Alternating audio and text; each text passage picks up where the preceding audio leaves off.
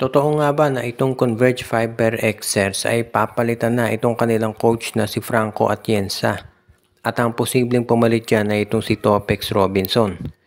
Isa iyan doon sa mga pinag-aaralan daw ngayon ayon doon sa mga insiders ng Converge para maging mas maganda yung kanilang laro ngayon.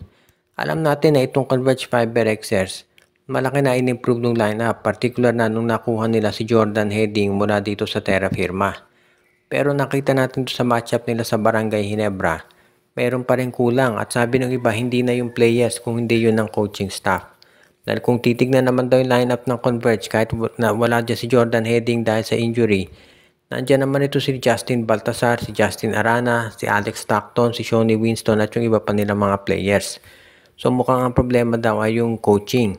Kaya nga kung sakasakali na makuha nila ito si Topex Robinson, baka maayos na yung pagbalasa ng mga taon nila.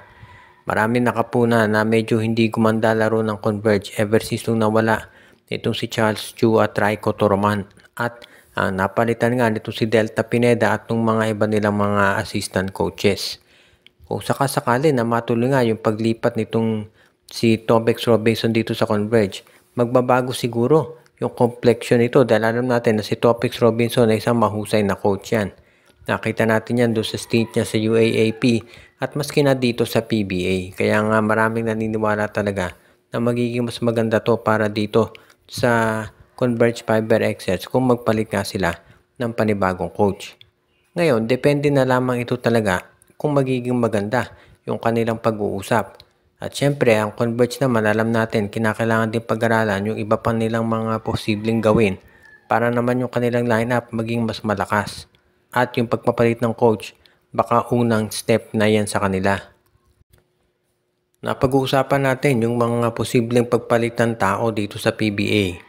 Kabilang na dyan itong San Miguel at ang tinutukoy natin dito ay yung dalawa nilang players, si Jeron Teng at itong si Motao Tua. Ang mga nabanggit na players ay hindi masyadong nabibigyan ng playing time dito ni Coach Leo Austria dahil sa lalim ng roster ng San Miguel. Tandaan natin, ito si Jeron Teng, yan ay dating leading scorer, franchise player ng Converge Fiber Xers bago lumipat sa San Miguel. Pero dito sa San Miguel, bangko siya. Ngayon, ito si Motao Tua, dati yan ang starting center ng Northport Patampier. Sa San Miguel, naging backup siya ni Junmar at halos walang minuto na kukuha sa mga games. Kaya maraming naniniwala na panahon na para i-trade ito ng San Miguel dahil hindi rin naman nila nagagamit ng mabuti. Kaya nga if ever na mapunta sa ibang teams itong si Teng at itong si Tao Tua, sigurado na mapapakita nila kung anong talagang kaya nilang gawin. Sa panig naman ng San Miguel, pwede silang ngayon kumuha ng mga big men at mga wingmen na makatutulong talaga sa lineup at yung talagang magagamit nila. Kasi nga sa kasalukuyan kung hindi rin naman nagagamit, itong sila Jeron Teng at si Motao Tua, i-trade na yan. For example, ito si Tao Tua, pwede niyang dalhin, ibalik nila dito sa Northport Batampier, kapalit ni William Navarro. At ito naman si Jeron Teng, pwedeng kapalit ni Joshua Monson. Yan ang pinakamadaling senaryo para dito sa San Miguel, lalo na at itong Northport naman madaling nakipag-trade dito sa SMC.